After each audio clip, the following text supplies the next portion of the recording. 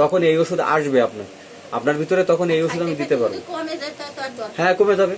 ওই কোষ্টিকাম যখন দিব তখন আপনার চোখের এই যে সিমটম যখন পাবো তখন দিব, তখন আপনার চোখের সমস্যা আরো ভালো হবে। চোখ দিয়ে পানি পড়া, ইভেন চোখ দিয়ে যে পানি পড়া সেটাও ভালো হয়ে যাবে। চোখে ঝাপসা দেখা, হ্যাঁ, খসখস করা, এগুলোও চোখের সমস্যার জন্য কোষ্টিকাম একটা খুব দারুণ মেডিসিন। আসবে ওষুধ। এই যে আপনি সময় দিচ্ছেন, এই জন্য আপনার এই চিকিৎসা আমি দিতে পারবো। তো এই চিকিৎসা আছেন, এখন যে ভালো রাখতে পারছি, এখন আবার ওষুধ দিব সিমটম অনুযায়ী, পাশাপাশি ওষুধ দিব। তো এখন আপনার মেন সমস্যা কি এখন বলেন? স্কিন ডিজিজ তো ভালো,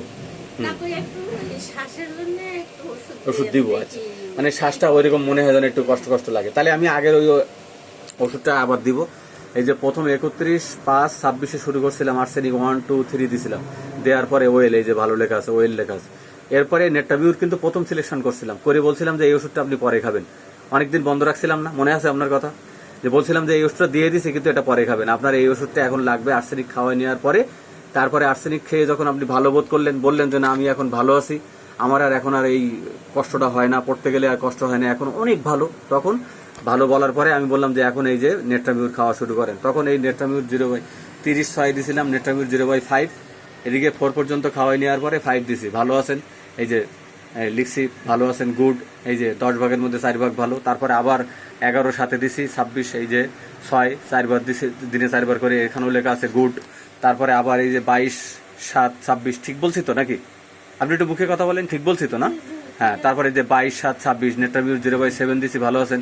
তারপরে 29 সাথে দিছি 8, তবুও আপনি ভালো আছেন। এই যে আজকে 29/7 আজকে আসছেন, আজকে হলো কয় তারিখ? আজকে হলো 9 তারিখ, 9/8/26, এই যে 9/8/26। আপনার যেহেতু আবার একটু এরকম মনে হচ্ছে যে একটু শ্বাসটা নিতে একটু খারাপ লাগে বা একটু অনুভূতি এরকম হয়, আমি আর্সেনিক আজকে দিলাম 0/4, এই 0/4 দিলাম। এটা খাওয়ার পরে ওই স্কিনেও কাজ করবে, তারপরে আপনার এই যে ওই কষ্টটা ওটার উপরে কাজ করবে। করার পরে কতটুকু ভালো হলো পরে আমি আবার অন্য ওষুধ দিব, ঠিক আছে?